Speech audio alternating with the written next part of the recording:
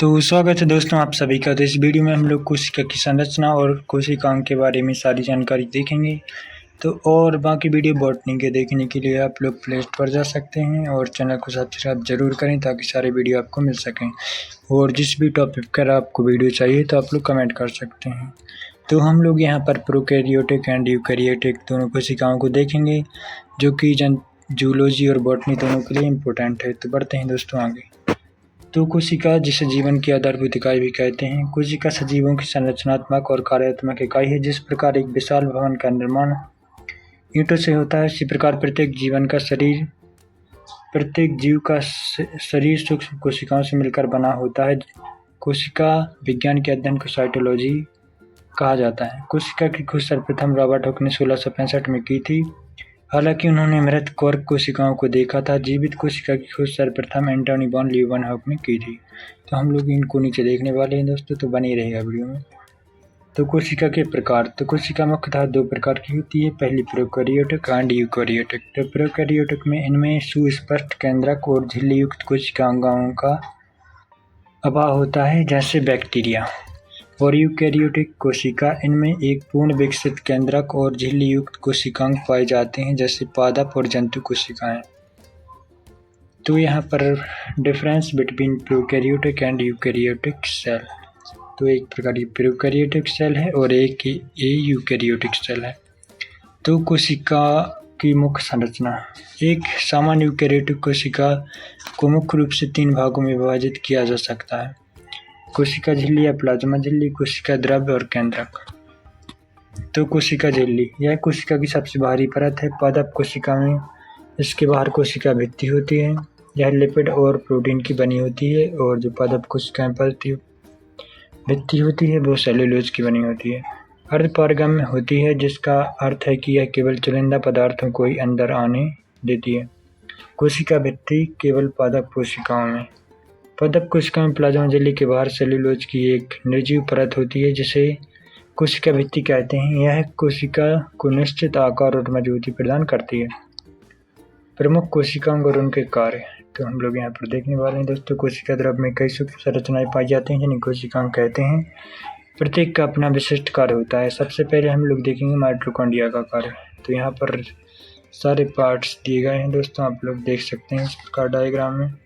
ये माइटोकॉन्ड्रिया है, लाइसोसोम है, न्यूक्लियस है, क्रोमोसोम है, गोल्जी एपेरेट्स है और एंडोप्लाज्मिक रेटिकुलम है। और ये पार्ट जो है जो बैक्टीरिया में पाए जाते हैं या प्रोकैरियोटिक कोशिकाएं पाए जाते हैं। तो सबसे पहले हम लोग देखने वाले हैं माइटोकॉन्ड्रिया। तो माइटोकॉन्ड्रिया दोहरी झिल्ली वाली संरचना है। इसकी आंतरिक झिल्ली मुड़ी हुई होती है, जिसे क्रिस्टी कहते हैं।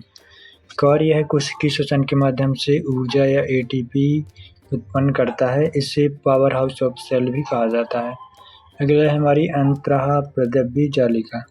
यह झिल्लियों का एक बड़ा जाल है, जो केंद्रक से लेकर प्लाज्मा झिल्ली तक फैला होता है। यह 2 प्रकार का होता है। पहले होती है ईआर या खुरदुरी एंडोप्लाज्मिक रेटिकुलम या रफ एंडोप्लाज्मिक रेटिकुलम। इसकी सतह पर राइबोसोम होते हैं, जो प्रोटीन संश्लेषण में मदद करते हैं। अगली है हमारी चिकनी ईआर या SER। यह लिपिड और वसा के निर्माण में सहायक होती है। गोल्जी उपकरण, इसकी खोज कैमिलो गोल्जी ने की थी। यह चपटी थैलियाँ या सिस्टर्नी का समूह है। कार्य, इस कोशिका का ट्रैफिक पुलिस कहा जाता है, क्योंकि यह कोशिकाएं बने पदार्थों की पैकिंग, छँटनी और उन्हें गंतव्य तक पहुंचाने का कार्य करता है। अगला है लाइसोसोम या आत्मघाती थैली। इसमें शक्तिशाली पाचक एंजाइम होते हैं। कार्य, ए कोशिका के अपशिष्ट को नष्ट करते हैं। यदि कोशिका क्षतिग्रस्त हो जाए तो लाइसोसोम फट जाते हैं और अपनी ही कोशिका का पाचन कर लेते हैं, इसीलिए इसे सुसाइड बैग कहा जाता है। राइबोसोम एक कोशिका के सबसे छोटे अंग हैं और झिल्ली रहित होते हैं। कार्य, इन्हें प्रोटीन की फैक्ट्री कहा जाता है, क्योंकि अमीनो एसिड से प्रोटीन का निर्माण करते हैं। अगला है हमारा प्लास्टिड या लवक। केवल पादप कोशिकाओं में पाए जाते हैं। लवक मुख्यतः 3 प्रकार के होते हैं। पहला क्लोरोप्लास्ट, इसमें क्लोरोफिल होता है, जो प्रकाश संश्लेषण द्वारा भोजन बनाता है। इसे कोशिका का रसोईघर कहा जाता है। भोजन स्टार्च संचय करता है। क्रोमोप्लास्ट, यह फूलों और फलों को रंग प्रदान करता है। अगला है हमारा वैक्यूल्स या रसदानी। पादप कोशिकाओं में एक बड़ी केंद्रीय रसदानी होती है, जबकि जंतु कोशिकाओं में ये बहुत छोटी या अनुपस्थित होती है।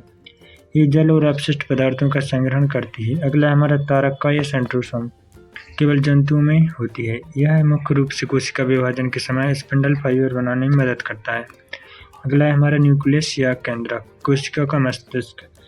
केंद्रक कोशिका का सबसे महत्वपूर्ण भाग है। इसकी खोज रॉबर्ट ब्राउन ने 1831 में की थी। केंद्रक के मुख्य भाग हैं केंद्रक झिल्ली, यह दोहरी परत वाली झिल्ली है जिसमें सूक्ष्म छिद्र होते हैं। केंद्रक द्रव्य या न्यूक्लियर प्लाज्मा, इसमें क्रोमेटिन धागे तैरते हैं। केंद्रकीय, यह आरएनए और प्रोटीन का भंडार है। क्रोमेटिन धागे या गुणसूत्र, कोशिका विभाजन के समय ये धागे स्पष्ट होकर गुणसूत्र बन जाते हैं। इनमें डीएनए होता है जो आनुवंशिक गुणों को एक पीढ़ी से दूसरी पीढ़ी में पहुंचाता है। पादप कोशिका और जंतु कोशिका में अंतर। तो यहाँ पर ये दोस्तों हमारी पादप कोशिका है। तो कोशिका भित्ति यहाँ पर दोस्तों कुछ रह गया है तो मैं ऐसे ही बता देता हूँ आपको। तो यहाँ पर कोशिका भित्ति जो पादप में है वो उपस्थित होती है और जंतु में अनुपस्थित होती है। लवक ये भी इसमें उपस्थित होता है और यहाँ पर अनुपस्थित होता है। राजधानी के बारे में और तारकाय और इसके आकार के बारे में हम लोग ऊपर देख चुके हैं। तो यहाँ पर एनिमल सेल है और ये यहाँ पर प्लांट सेल है। तो कोशिका का महत्व और निष्कर्ष। कोशिका केवल एक ढांचा नहीं है बल्कि यह एक सजीव फैक्ट्री की तरह काम करती है। इसमें होने वाली रासायनिक क्रियाएं ही हमें जीवित रखती हैं। श्वसन, पाचन, उत्सर्जन और प्रजनन सभी जैविक क्रियाएं अंततः कोशिका के स्तर पर ही संपन्न होती हैं। कोशिका के अंगों के बीच का समन्वय जीवन का आधार है। यदि एक भी अंग जैसे माइटोकॉन्ड्रिया केंद्रक का काम करना बंद कर दे तो कोशिका की मृत्यु निश्चित है।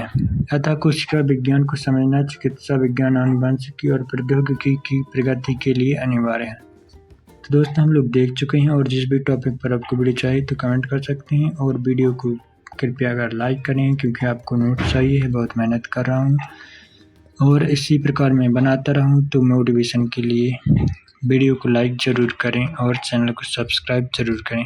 धन्यवाद दोस्तों।